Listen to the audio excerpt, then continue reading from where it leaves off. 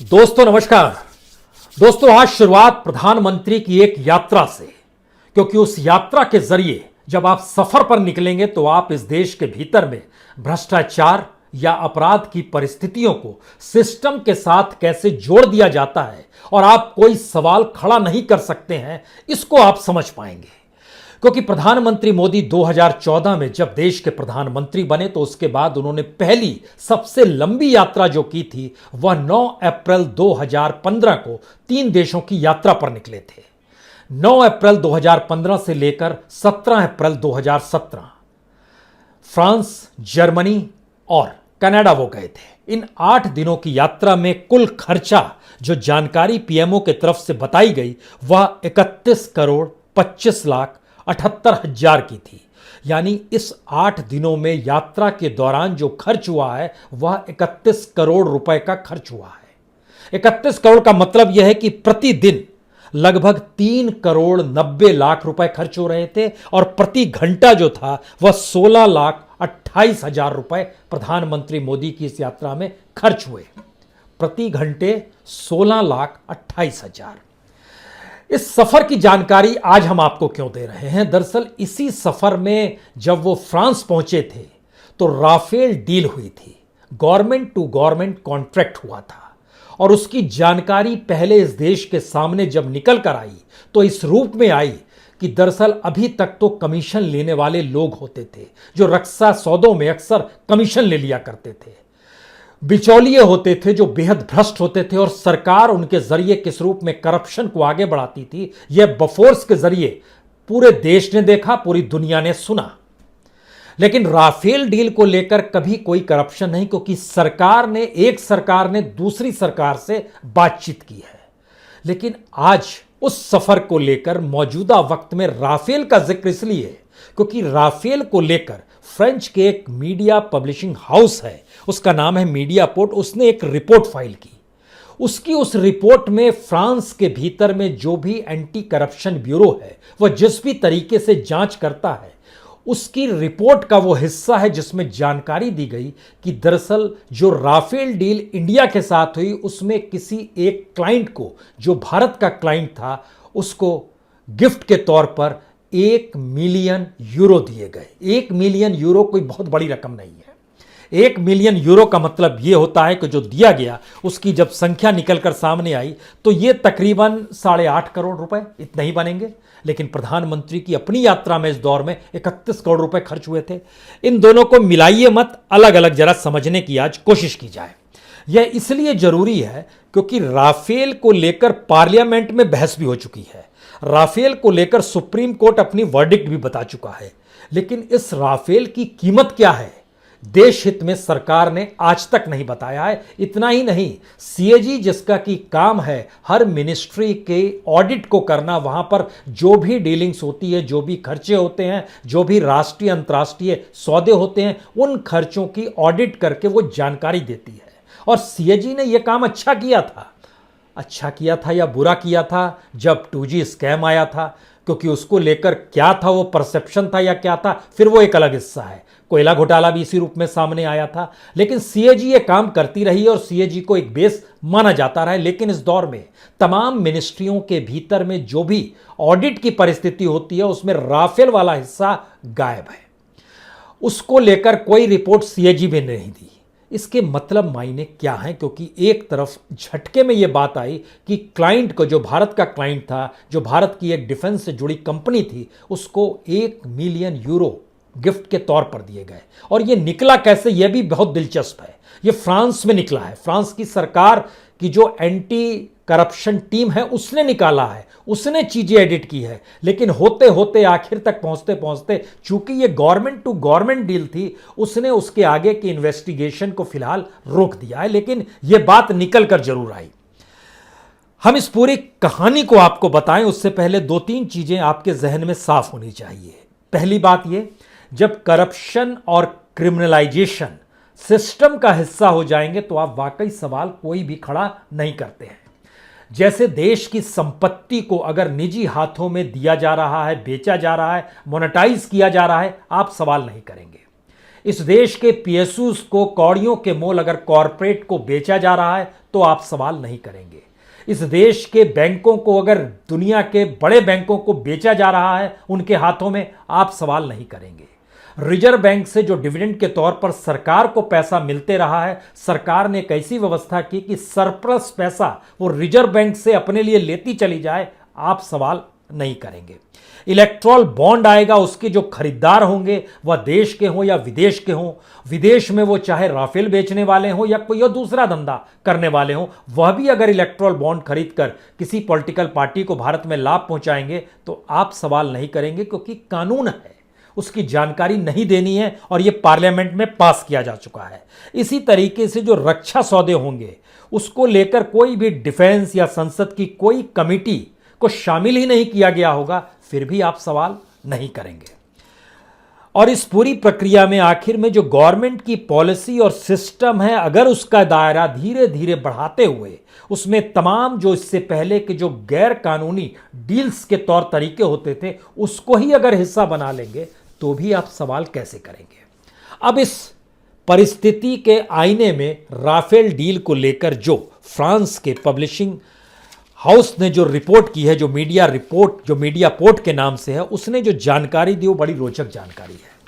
वो रोचक इसलिए है क्योंकि उसने बताया है कि दसाल्ट कंपनी जो राफेल बनाती है उसने भारत के एक बिचौलिए को लगभग 1 बिलियन यूरो गिफ्ट के तौर पर दिया। लेकिन सवाल है यह अब सामने क्यों आया, पहले सामने क्यों नहीं आया था, उस वक्त सामने क्यों नहीं आया था जब सीबीआई के डायरेक्टर आलोक वर्मा जांच कर रहे थे। तो क्या आलोक वर्मा के दफ्तर में रात में 5वीं मंजिल पर सीबीआई के दफ्तर में जो कुछ हुआ उनके पीरियड में, जो उस वक्त के आस्थाना स्पेशल डायरेक्टर और सीबीआई डायरेक्टर आलोक वर्मा के बीच का जो झगड़ा था वो कैसे क्या कुछ उलझा, आज उस कहानी में न जाइए, सिर्फ याद रखिए। या फिर जब मामला राफेल से जुड़ा हुआ सुप्रीम कोर्ट पहुंचा तो सुप्रीम कोर्ट ने जो अपना वर्डिक्ट दिया, या फिर पार्लियामेंट के भीतर जब बहस हुई उस पर सरकार ने जो जवाब दिया, उन सारी चीजों को आज आप सही मान लीजिए थोड़ी देर के लिए कि सारी चीजें ठीक है। अब इसके बाद समझिए कि 2017 में फ्रांस में एक एंटी करप्शन एजेंसी बनाई गई, यानी AFA, agency Francis anti corruption, ये बना AFA के नाम पर 2017 में। और इसका काम यही था कि जो बड़ी बड़ी कंपनियां हैं उन कंपनियों के ऑडिट को देखना, और वो 6 महीने का वो ऑडिट देखते थे और सारी चीज परखते थे, और उसके बाद कंपनियों ने अगर कुछ गड़बड़ी की है तो उसको नोटिस भेजते थे, उससे जवाब लेते थे, और अगर गड़बड़ी की है तो जो फ्रांस का कानून है उसके मुताबिक उस पर नोटिस भेजकर उनको दंड लगा देते थे। इस पूरी प्रक्रिया में इसी दौर में संयोग से राफेल को लेकर दसाल्ट की पूरी ऑडिट रिपोर्ट जब इसके सामने आई AFA के साथ, यानी जो फ्रांसीसी एंटी करप्शन एजेंसी है, तो वहां पर जो एक फ्रेंच लॉ बनाया गया सैपेन 2 के नाम पर, इसमें वह कंपनियों का जो ऑडिट करती है और हर 6 महीने का एक टाइम टेबल बनाती है। इसमें अक्टूबर 2018 में जो फ्रेंच प्रोसिक्यूशन सर्विस थी और उसकी जो वित्तीय अपराध ब्रांच था जिसको PNF कहते हैं, जो पार्क्वेट नेशनल फाइनेंसियर के नाम पर जाना जाता है, उसने जब राफेल की ऑडिट रिपोर्ट देखी तो उसको कुछ अलर्ट लगा। इसमें इसलिए लगा क्योंकि दसाल्ट के अपने रिपोर्ट में इस बात का, एक्सपेंडिचर में इस बात का जिक्र किया गया था कि उसने क्लाइंट को गिफ्ट किया है, 50% गिफ्ट कर दिया। 50% जो था वो लगभग बनता है 5,08,925 यूरो, जो 50% है। और उसकी जो एंट्रीज बाकी जो जोड़ी गई थी, जो टोटल, वो डिसप्रोपोर्शनेट नजर आ रही थी, यानी असमान थी। कहीं ना कहीं पूरी रिपोर्ट के भीतर में कुछ चीजें उस रूप में नजर नहीं आ रही थी। लेकिन गिफ्ट की ये जो पूरी की पूरी जानकारी जो थी, इसमें जो एक लिमिट होती है कि आप किसी को गिफ्ट कर भी सकते हैं तो इतना ही कर सकते हैं। दरअसल यह लिमिट उस को पार कर जा रही थी जो फ्रांस कानून के तहत है। तो दसाल्ट ने PFA को जो परफॉर्मा इनवॉइस दिया, जो जानकारी दी, उसमें उन्होंने जानकारी बड़ी रोचक दी। उन्होंने कहा कि दरअसल उन्होंने ये 30 मार्च को ये सौंप दिया 2017 में, परफॉर्मा इनवॉइस जो सौंपा गया था, जिस पे 2018 में नोटिस दिया गया। उसमें उन्होंने कहा गया था कि भारत की एक कंपनी है DEFSYS सॉल्यूशन के नाम पर यह कंपनी है, और उसमें जो 1,17,850 यूरो जो गिफ्ट इनको दिया गया, उसका 50% इसलिए गिफ्ट दिया गया है क्योंकि राफेल C नाम का एक मॉडल बनाना है। उस जहाज के मॉडल के लिए प्रति मॉडल जो दिया गया है पैसा वह 20,357 यूरो दिया गया है, 20,357 यूरो दिया गया है, और 50 मॉडल्स चाहिए उनको। तो उसको जब आप 50 से मल्टीप्लाई कीजिएगा तो वह कुल मिला के 10,17,850 यूरो बनता है।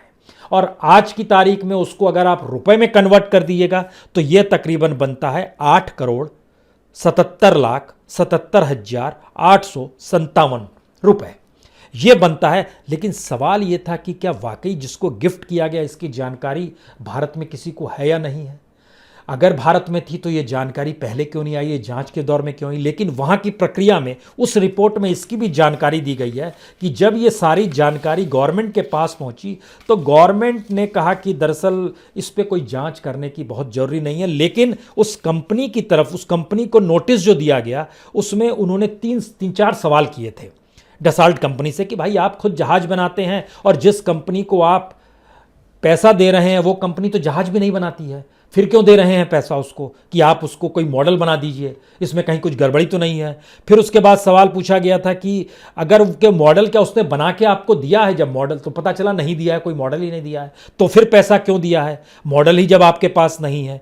तो ये सारे जब सवाल किए गए और सारी चीज़ निकल कर आई तो फ्रांस की सरकार ने अपने तौर पर कहा कि ठीक है ये जानकारी का आदान प्रदान हो गया लेकिन इसमें बात कुछ करने की जरूरत नहीं है। लेकिन इसी परिप्रेक्ष्य में जैसे ही आप भारत में आते हैं तो भारत में कानून बना हुआ है, कोई भी रक्षा सौदे को लेकर जो भी अगर कोई डील कंपनी करती है उस कंपनी की डील करने की परिस्थिति में उसके खिलाफ एफआईआर भी कर देंगे, उसको ब्लैक लिस्टेड भी कर देंगे, उस पर रोक भी लगा देंगे और उस सौदे को भी रद्द कर देंगे। ये भारत का कानून है। लेकिन ये गवर्नमेंट टू गवर्नमेंट कॉन्ट्रैक्ट हुआ था और जिस शख्स और जिस कंपनी का नाम आया संयोग से उस व्यक्ति का नाम अगस्ता वेस्टलैंड के मद्देनजर और मनी लॉन्ड्रिंग के मद्देनजर ईडी ने उसको नोटिस भेजा था और मार्च 2019 में उसको गिरफ्तार भी किया था।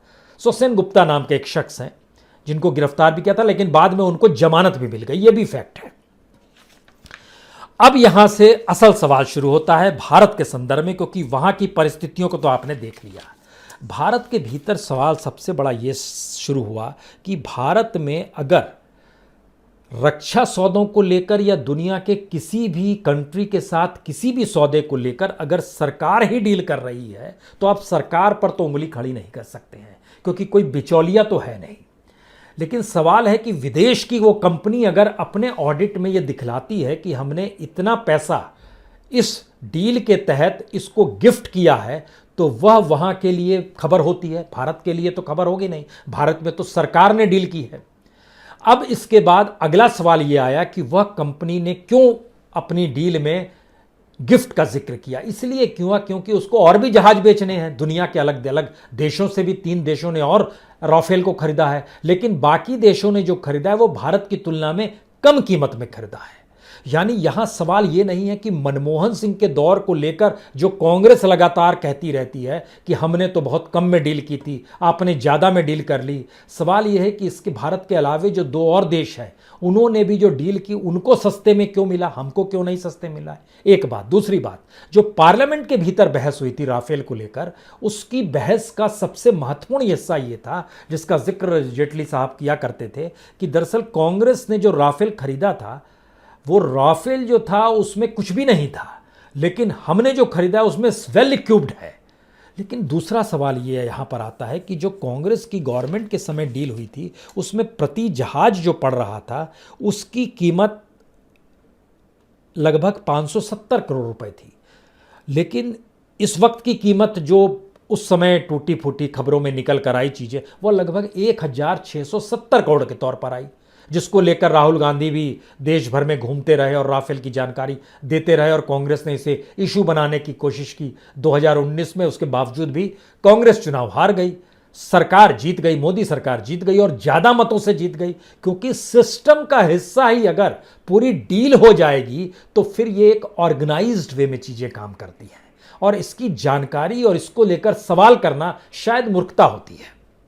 यह एक सिस्टम ऐसा है जो अपने तौर पर इंदिरा गांधी के दौर को अगर याद कीजिएगा तो उस समय भी कहा जा सकता था कि पूरे क्रिमिनलाइजेशन को ऑर्गेनाइज्ड वे में कैसे कर लिया जाए, यह उस दौर से शुरू होता है धीरे धीरे धीरे धीरे भारत की राजनीति में क्रिमिनलाइजेशन एक हिस्सा बन जाता है। और अगर यह हिस्सा इस रूप में बना और अगर उस पीरियड को हम देख पा रहे हैं तो मनमोहन सिंह की सरकार में 126 राफेल की डील थी, 570 एक की कीमत थी। मोदी सरकार में 36 की डील है, एक की कीमत जो सरकार की तरफ से नहीं आई है। 1670 करोड़ रुपए जो है वह जानकारी विपक्षी राजनीतिक दलों ने दी है अपने तौर पर, या फिर डिफेंस के जो भी ऑडिट की शुरुआती दौर में जो जानकारी आ गई उसके जरिए आई, या फिर एक वक्त पारिकर साहब ने जिक्र कर दिया था। अब वो तो हम लोग के बीच नहीं है, लेकिन जब डिफेंस मिनिस्टर थे तो उन्होंने एक जिक्र कर दिया था। बहरहाल, और डिलीवरी का वक्त भी बढ़ा दिया गया, इधर 7 साल तक कर दिया गया, 3 से 7 साल कर दिया गया। उस पीरियड में 3 से 4 साल था, लेकिन जो सर्विस कॉस्ट था वह उस पीरियड में नहीं था। मोदी गवर्नमेंट ने जो डील की उसमें सर्विस कॉस्ट भी 2700 करोड़ की जानकारी दे दी गई। अब इस पूरी प्रक्रिया को जब आपके सामने कोई रखे और आपसे 2-3 सवाल करे कि भाई जब संसद में बहस हो गई, जब सीबीआई ने इसकी जांच की पूरी अपने तौर पर करते हुए फाइल बंद कर दी, जब सुप्रीम कोर्ट का वर्डिक्ट आ गया, जब सीएजी ने कोई सवाल खड़ा नहीं किया, तो फिर क्या मतलब है फ्रांस की एक मीडिया हाउस की तरफ से एक रिपोर्ट आती है और वह भी लगभग 8.5 करोड़ रुपए के गिफ्ट और घूस का जिक्र करते हुए आती है। तो इसका क्या मतलब है? इसका मतलब यह है कि भारत के भीतर का जो सिस्टम है उस सिस्टम में कैसे गवर्नमेंट ही सब कुछ हो गई है। यानी अभी तक हम लोग जिक्र करते थे कि कॉन्स्टिट्यूशन के तहत जो चेक एंड बैलेंस की थ्योरी अलग अलग कॉन्स्टिट्यूशन इंस्टीट्यूशंस को अधिकार के तौर पर दी गई है, झटके में वह भी अगर सत्ता के लिए काम करने लगे तो फिर सत्ता कैसे पावरफुल हो जाती है, और पावरफुल होने के बाद सत्ता जब कोई भी डील किसी भी रूप में, वह इकोनॉमिक डील हो या कोई भी डील किसी दूसरे देश के साथ कर रही हो, तो वो सारी चीजें उस देश की राजनीतिक तौर पर नहीं बल्कि उस देश के सिस्टम का हिस्सा मानी जाती है।